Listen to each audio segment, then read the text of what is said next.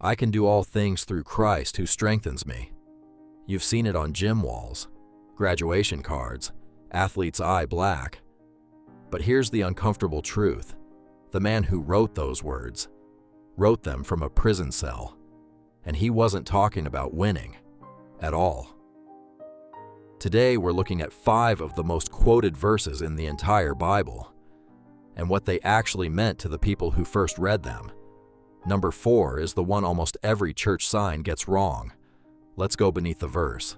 Let's start with the one from the cold open. Philippians 4:13.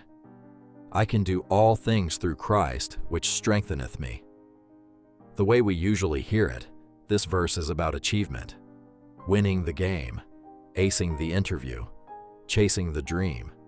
Christ as a power boost for your goals. But context changes everything. Paul wrote this letter from prison, most likely chained to a Roman guard, awaiting a trial that could end in his execution. And look at the 2 verses right before it. Verse 11, I have learned in whatsoever state I am, therewith to be content. Verse 12, I know both how to be abased, and I know how to abound, both to be full and to be hungry, full and hungry, abundance and need. That's the all things Paul is talking about, not all achievements, all circumstances. The Greek verb here is iskuo, the strength to endure, to hold up under weight. Paul isn't saying, Christ will help me win. He's saying, Christ gives me the strength to survive anything, even this cell. So this verse was never a promise that you'll succeed. It's something better. It's a promise that you can endure, that there is no circumstance, no loss, no prison cell where Christ's strength runs out. The gym wall version is about you conquering the world. The real version is about nothing in the world being able to conquer you. For I know the thoughts that I think toward you, saith the Lord, thoughts of peace and not of evil, to give you an expected end. Or as the modern versions put it, plans to prosper you and not to harm you, plans to give you hope and a future. This is the graduation verse, the new job verse, the everything is about to go great for you personally verse. Now, is God's care for you personal? Absolutely. But watch what happens when we read the verse in its own chapter. Jeremiah 29 is a letter written to the Jewish people who had just been ripped from their homes and marched to Babylon as exiles. Their city was destroyed. Their temple was gone. And here's the verse nobody puts on a coffee mug. Verse 10, the sentence immediately before it. After 70 years be accomplished at Babylon, I will visit you. 70 years. God is telling them, you will be in exile for the rest of most of your lives. Build houses, plant gardens. Your grandchildren will see the rescue, most of you won't. The word translated peace or prosper is shalom, not quick success, but deep wholeness, restoration, things made complete. So Jeremiah 29:11 is not, God's about to make your life easy. It's something far more durable. Even when rescue is 70 years away, even when you personally may not see it, God's plans have not failed. He is still working. This isn't a verse for the mountaintop. It was written for people at the bottom, which, honestly, makes it a much better promise. Number 3 might be the most quoted Bible verse in the modern world, and it's usually quoted by people trying to end a conversation. Judge not. In other words, you're not allowed to say anything is wrong, ever.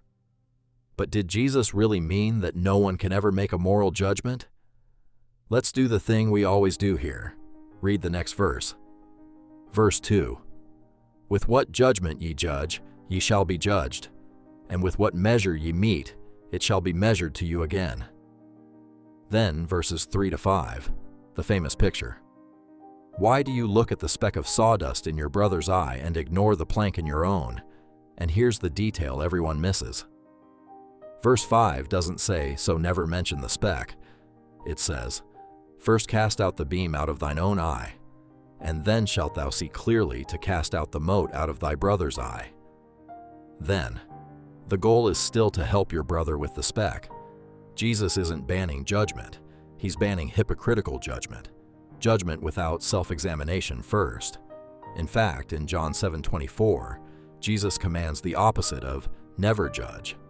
Judge not according to the appearance, but judge righteous judgment. So, judge not was never a ban on moral discernment. It's a ban on the double standard, condemning in others what you excuse in yourself. Jesus' teaching isn't say nothing.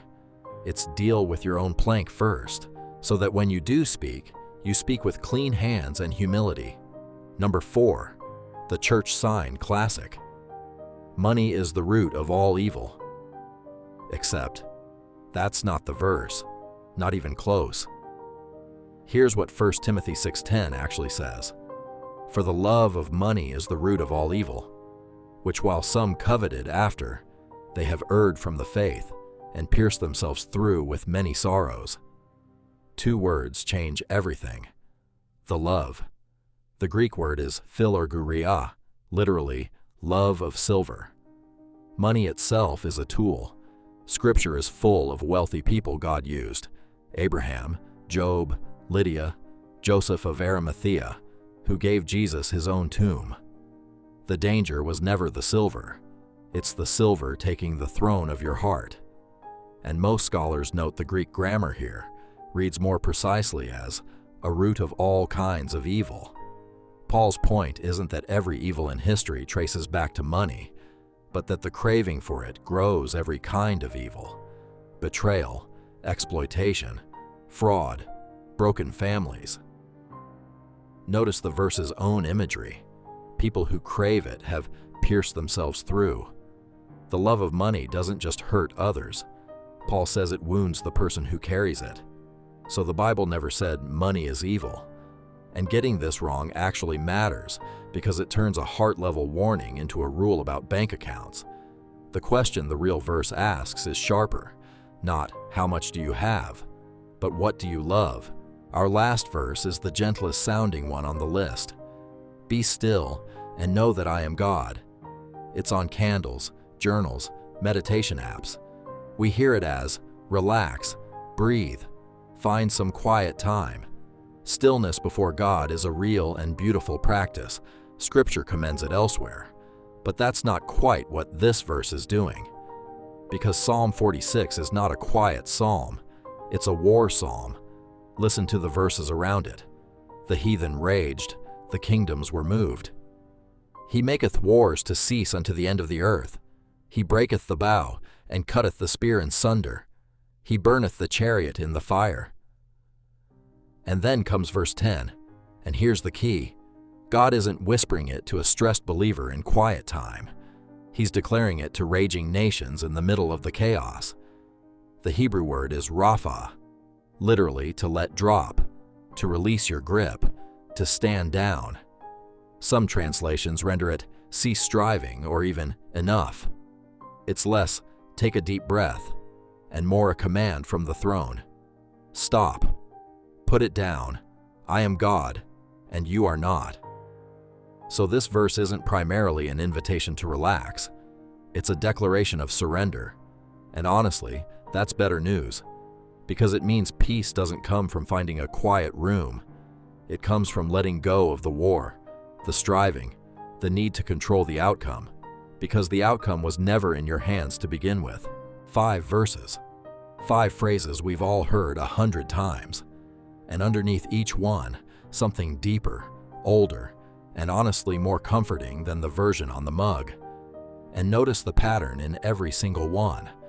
The real meaning wasn't hidden in some secret code. It was sitting right there, in the verse before, the verse after, the word in the original language.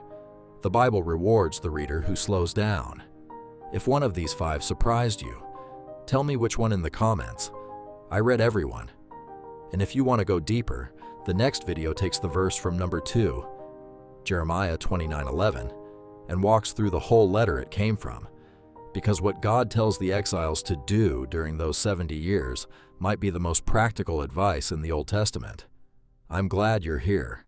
This is Beneath the Verse, where we don't just read the words, we find out what's underneath them.